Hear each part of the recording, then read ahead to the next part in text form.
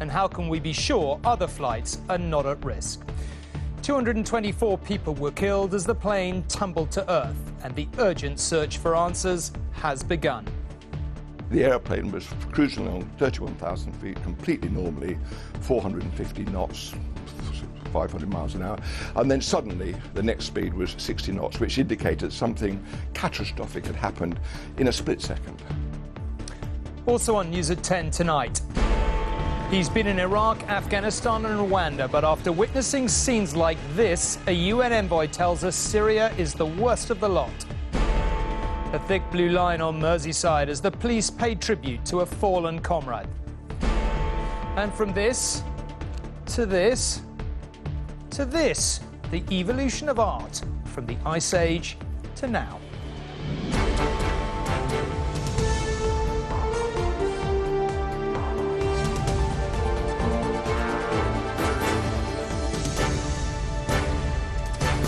This is ITV News at 10 with Tom Bradby. After any plane crash, all of us always have the same simple questions. What caused it, and how can we be sure it isn't going to happen again? In the case of the Russian holiday plane, which came down at the weekend over Egypt, there are no answers yet, only rumours. The airline ruled out pilot error and technical failure, and sources close to the investigation say it was not struck from the outside, leaving a bomb perhaps the most likely explanation. What remains of flight KGL 9268 lies spread across 9 square miles of Sinai Desert. In its sands, the singed mark of the aircraft's tail, the only thing still resembling what this once was. The wreckage now the focus for investigators trying to establish why the plane disintegrated at 31,000 feet on Saturday, claiming 224 lives. The belongings of those who never returned from their holidays, bringing home what was lost in the skies above. The plane's flight data and voice recorders have been found and are now being examined. In Moscow, the director of flight operations for the Russian airline operating the Airbus blamed what he called an external influence for the disaster. There are no such faults like engine failure, system failure, that could lead to a plane breaking up in the air. In that case, the aircraft would break up through hitting the ground. Aircraft cannot break up in the air because of a failure of any systems. Many of the victims' bodies have now been returned to St. Petersburg. Relatives have also been arriving to give DNA samples to speed up the identification process. After meeting the transport minister, Russian President Vladimir Putin had this message for the victims' families. It is a great tragedy, and of course we are with you in heart and soul, he said, thanking all Russians for their words of condolence. With all eyes now on the Egyptian authorities, the country's ambassador to the UK told me the truth will be established. Egypt has adopted a strategy of full transparency when it came to this incident. We are working alongside Russian experts, French experts and German experts to determine the exact causes of that plane, which we believe will be able to establish. The questions surrounding what happened will be answered. But for now, Russia is mourning its dead after the worst disaster in the country's aviation history. Neil Connery, News at 10. If it is true to say then that there are few facts and no conclusions, only rumours, it's also correct to say that most experts seem to have decided that a bomb is the most likely of the potential explanations out there. Here's why. There has been one claim of responsibility so far which raised the idea of a missile strike. An Egyptian militant group linked to the self-styled Islamic State claimed it had deliberately downed the Airbus. The Sinai Province group has been active in the Troubled Peninsula since 2011, and it's been linked to terror attacks in North Sinai, Cairo and other areas. But although the Metrojet did break up over the region, experts have dismissed the idea it could have been shot down. They say that at more than 30,000 feet, it was flying too high for their shoulder-launched missiles to reach. The Malaysian flight downed over the Ukraine was brought down at a similar height, but with a much bigger ground missile that this group is not believed to have. The Egyptian Prime Minister has said a mechanical fault on the 18-year-old plane could have caused the disaster. In 2001, it did hit a runway whilst landing, needing 3 months of repair. And a poor tailstrike repair job was blamed for a Japan Airlines crash in 1985, in which 520 people were killed. But this plane passed its official safety inspection in Ireland just 6 months ago. It was cleared for takeoff and there were no distress calls from the pilot or crew. So what about human error? Could that have been responsible for the plane falling 5,000 feet in midair a minute before crashing? Almost all experts believe the lack of a distress call and the way the plane broke up in the sky point to a more obvious conclusion: a bomb. Aeroplanes these days don't just disintegrate in midair. There's normally something causes that, and obviously, sadly, it is usually some sort of a device that's been secreted on an aeroplane or on somebody on an aeroplane. But if so, the critical question is how it got on board, with a passenger, via a member of the airport staff, or possibly via a cargo package. 5 years ago, a bomb on this cargo plane here at East Midlands highlighted to the public the fact that almost all planes, including passenger jets, carry cargo of some kind. As a senior United Nations diplomat, he has seen the worst of human nature in Iraq, Afghanistan, Rwanda and the former Yugoslavia. But the UN's envoy to Syria has told News at 10 he has never known anything as bad as what is going on there. Among the horrors he's been told of, supporters of President Assad being caged and left as human shields at possible Syrian Air Force targets, and by a group we might call our allies, such as they exist in the region. This report from Dan Rivers in Damascus begins with distressing images.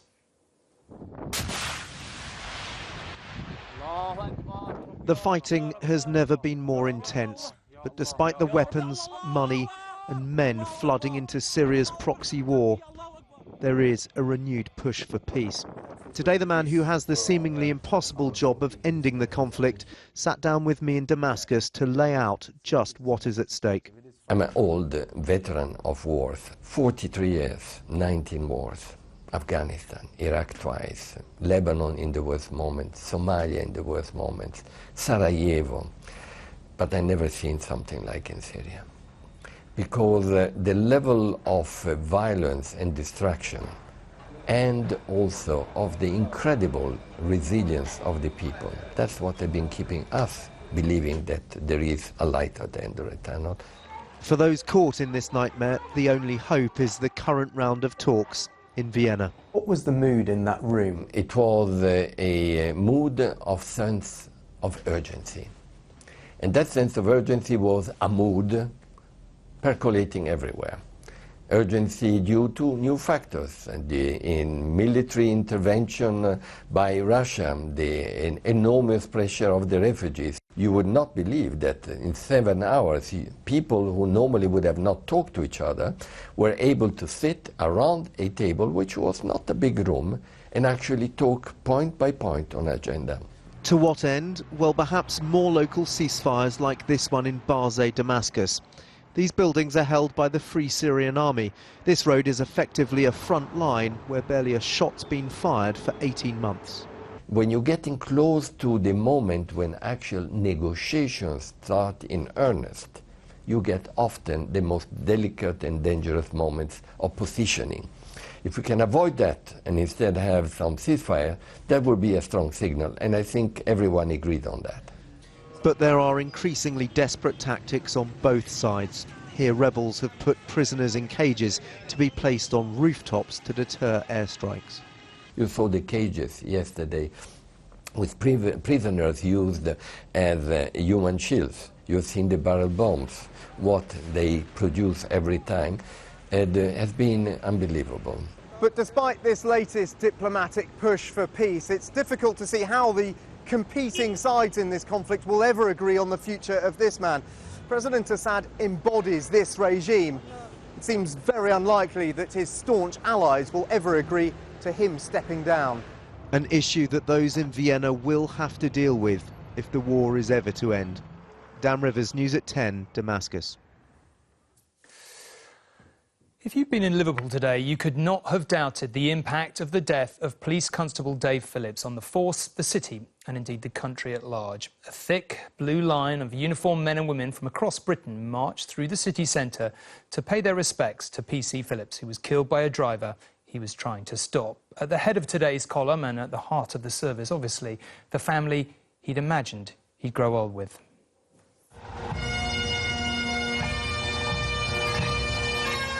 Through the fog along the banks of the Mersey, a remarkable ribbon of black emerged today.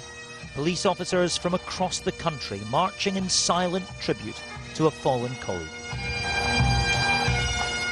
At the head of the procession, Constable Phillips' family, his widow Jen and their 2 young daughters dressed in white.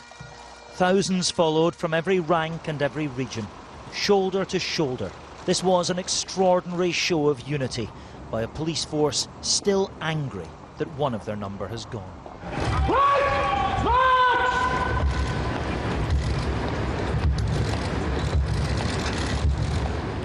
Most never knew Dave Phillips, of course, but they share a pride in the job he did, the job they all do, every day. This was an enormous service, but with an intimate feel. Constable Phillips' daughter lit a candle in her father's memory. Then his sister Hannah led the tributes to a man she described as a sheer force for good. I knew him every day of my life, and I never stopped to consider how wonderful he really was. I wish I told him how much I looked up to him, how much I tried to emulate him.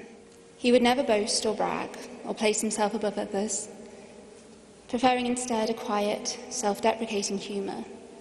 But I will proudly claim that title for him, for no man embodied the spirit of a true hero more.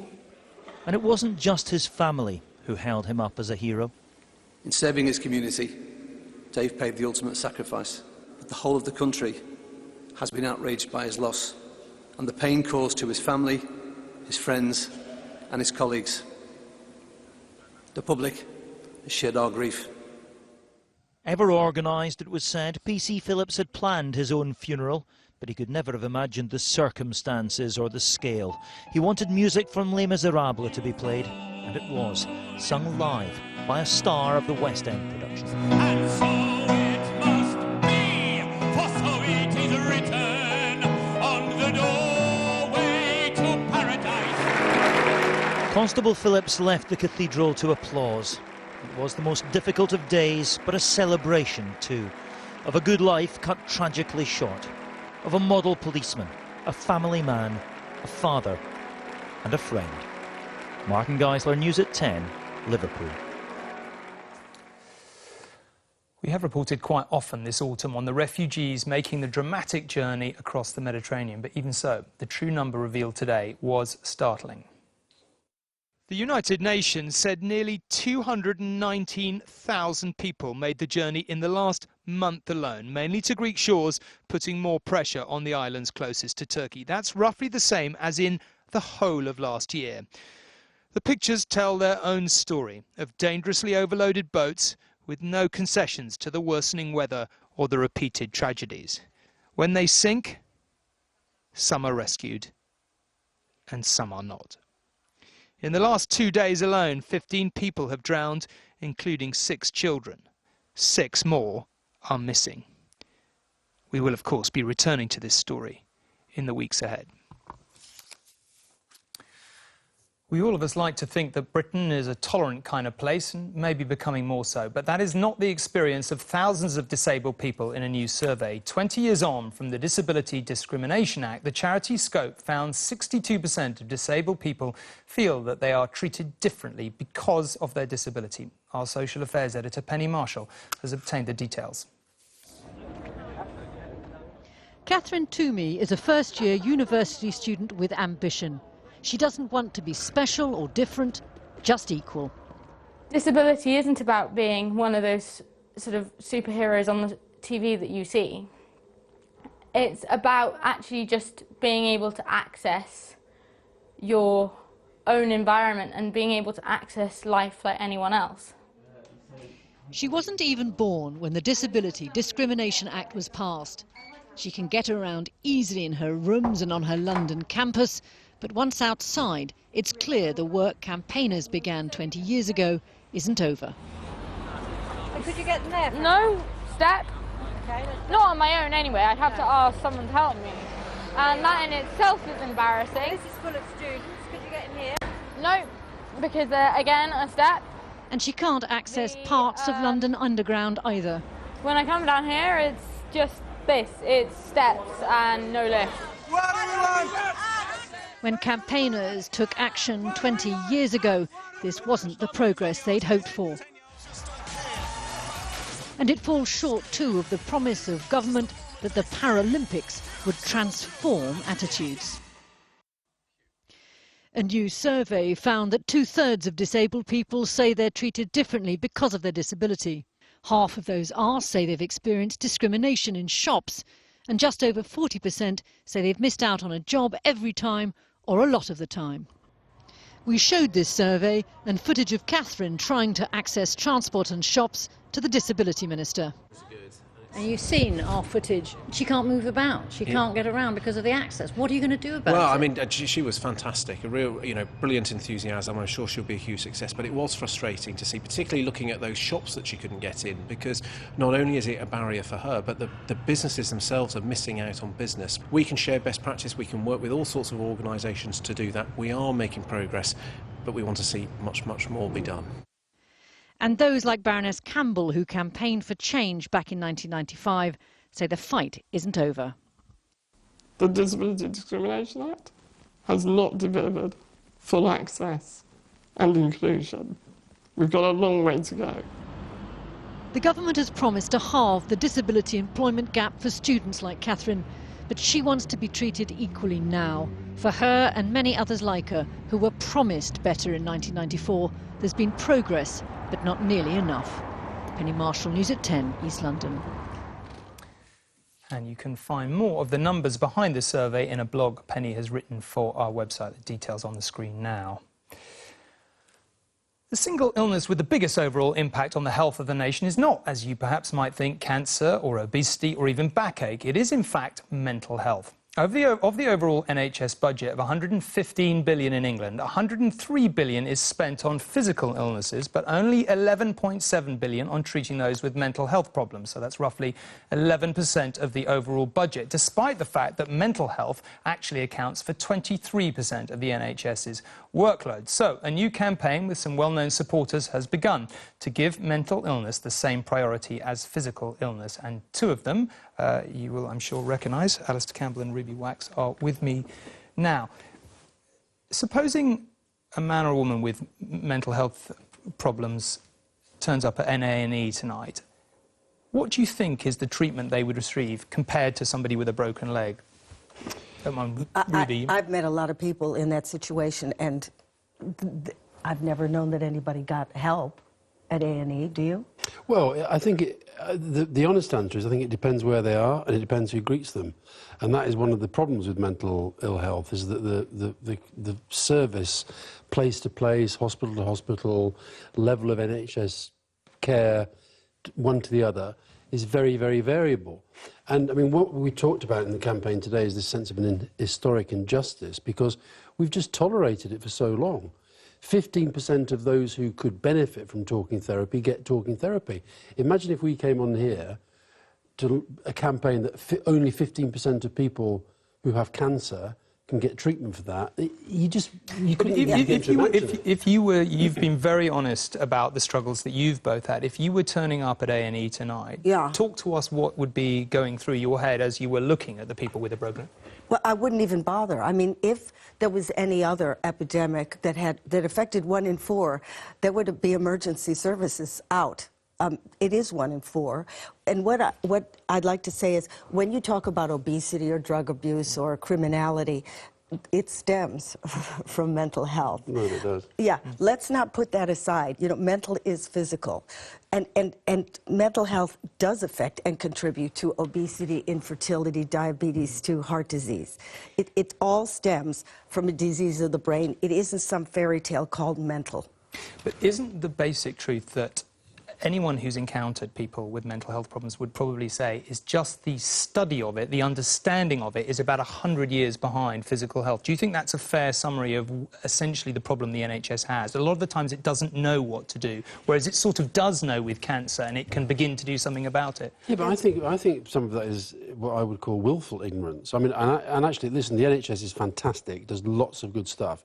But, for example, the NHS as an employer, the NHS and the way it looks after doctors and nurses with mental health problems, it still treats them, because they're surrounded by the stigma and taboo that the rest of us have had to deal with. And I do think that one of the main points we're making in this campaign is actually to say we think that the moral case for helping people with mental ill health is proven, that the social case is proven, but actually we think there's an economic case as well, because the health service actually is wasting so much money and the government is wasting so much money because we don't invest in proper mental health. But isn't the desperate truth that it's basically the NHS doesn't have unlimited money and there are new cancer drugs every month, and you know that cancer is going to kill you in 6 months? Yeah, mental illness has not been as sexy as other charities.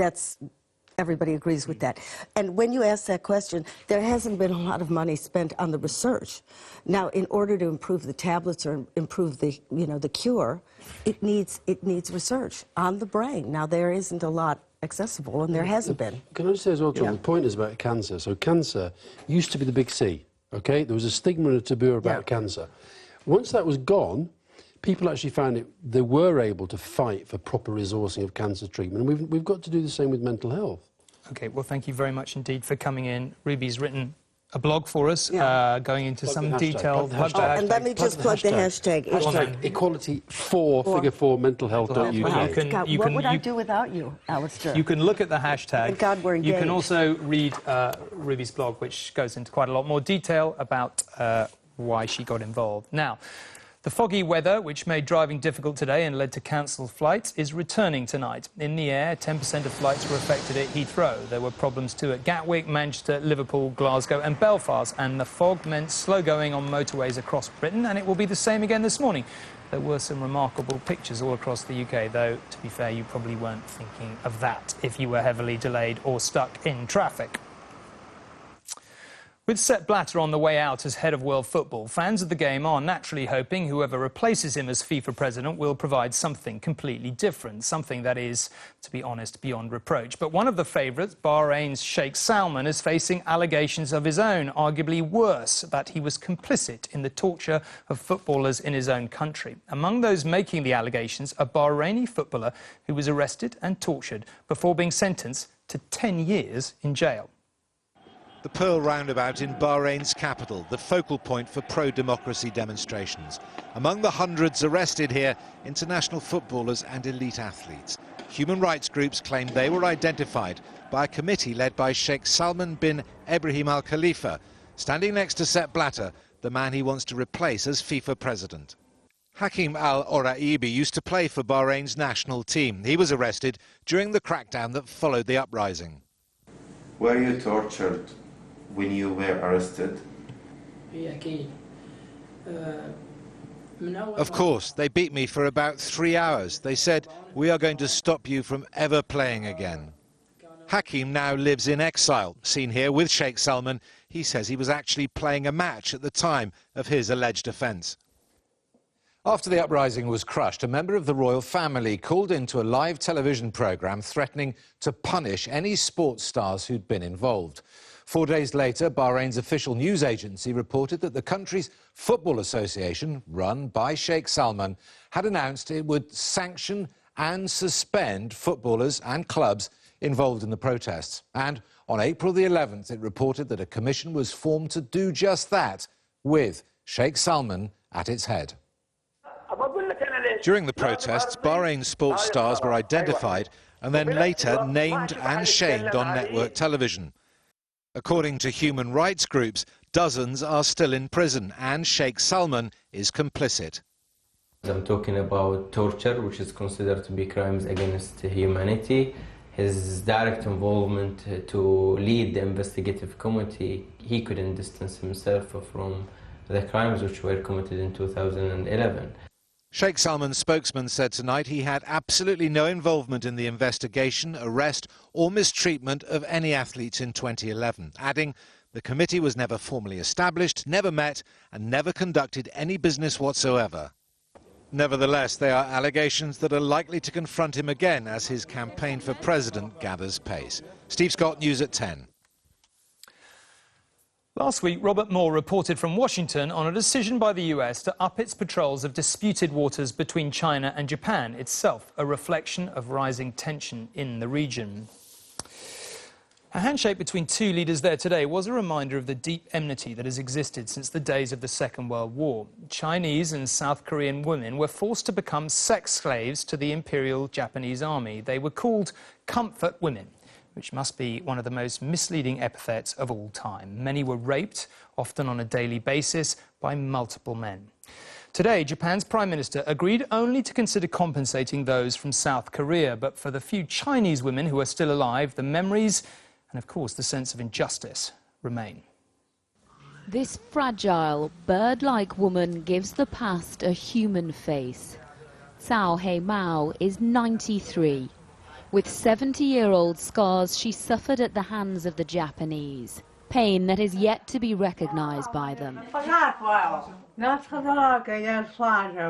I endured so much, she says. They raped me repeatedly.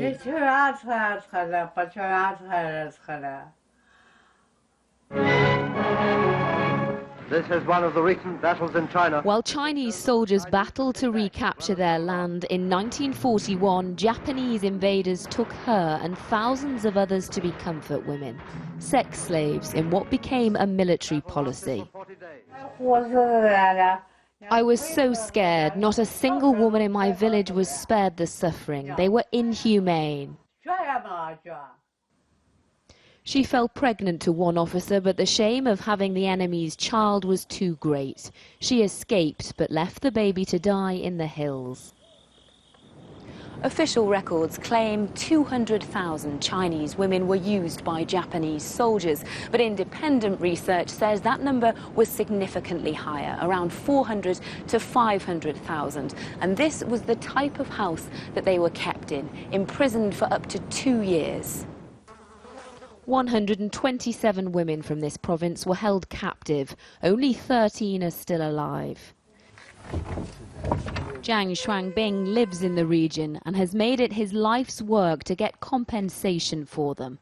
But their existence is bitterly contested by the Japanese. I failed this woman. I tried so hard to get money for them. I wanted to ease their pain, but the Japanese government is still rubbing salt in their wounds.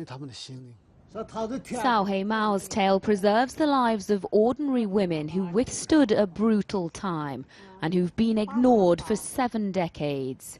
But the window for them to tell their story is closing fast. Lucy Watson, News at 10, Shanxi Province, northeast China. The row between Chelsea's former team doctor and the manager Jose Mourinho has now got personal as well as legal. Eva Canario is taking out an individual claim against him as well as one against the club for constructive dismissal. If the case does go to court, Mourinho would have to appear in person at her industrial tribunal. It never rains but it pours, as he might say. Now, and finally, at first glance, it looks like a rustic chopping board, but a slice of rock found in Jersey with crisscross lines is being described as the earliest work of art ever discovered on British soil. Archaeologists believe it is 4,000 years old, the foundation stone of every creative image around us. This may look like a lot of scratches on a piece of rock, and that's exactly what it is. But the scratches are 14,000 years old, they're man-made, and this could be the UK's earliest known artwork. We recognise similar motifs and similar activity from sites in France and Germany. They are humanly worked and they are for really known functional purpose. But does that make this art? Some might argue against its artistic merit, but the same could be said for some pieces by the likes of Damien Hirst and Tracy Emin. Our idea of what art is developed over tens of thousands of years. Before now, the UK's first art was thought to be created in Derbyshire, a more sophisticated series of scratches on a piece of bone. Art then became sophisticated and was dominated by symbols of the wealthy: war, religion and royalty. As artists explored Romanticism, Britain's natural beauty was their focus. And 50 years ahead of the selfie, Lucian Freud was doing unflattering self-portraits, a kind of no filter before there was a hashtag for it. And while Ice Age artists chose to put scratches on rocks, Banksy put his work on the walls of our society. So were our Jersey ancestors ahead of their time? Well, scratches on a rock by Unknown has got people talking, and in that, some would say, it's taken its place in the world of art. Peter Smith, News at 10. And if your favourite work of art wasn't in that report, head to our website where we've put together what we think are the top 10 milestones in British art. You may or may not agree. But before we go, let's take a look at what might be appearing on tomorrow's news agenda. The Chancellor will make a speech in Berlin setting out the changes the government wants to Britain's membership of the European Union. At last, you may say. Mr Osborne says he will set out more than he has done before in public about what they are. We'll also be reporting from India ahead of the big World Leaders Climate Conference on how exhaust fumes from the car ownership boom are contributing to terrible health problems in Delhi. The school children here in Delhi are most affected. The dust and the pollution means that their hearts and lungs won't develop properly, problems they're going to carry until adulthood. But that is it for tonight. I'll be here tomorrow. Until then, good night and thanks for watching.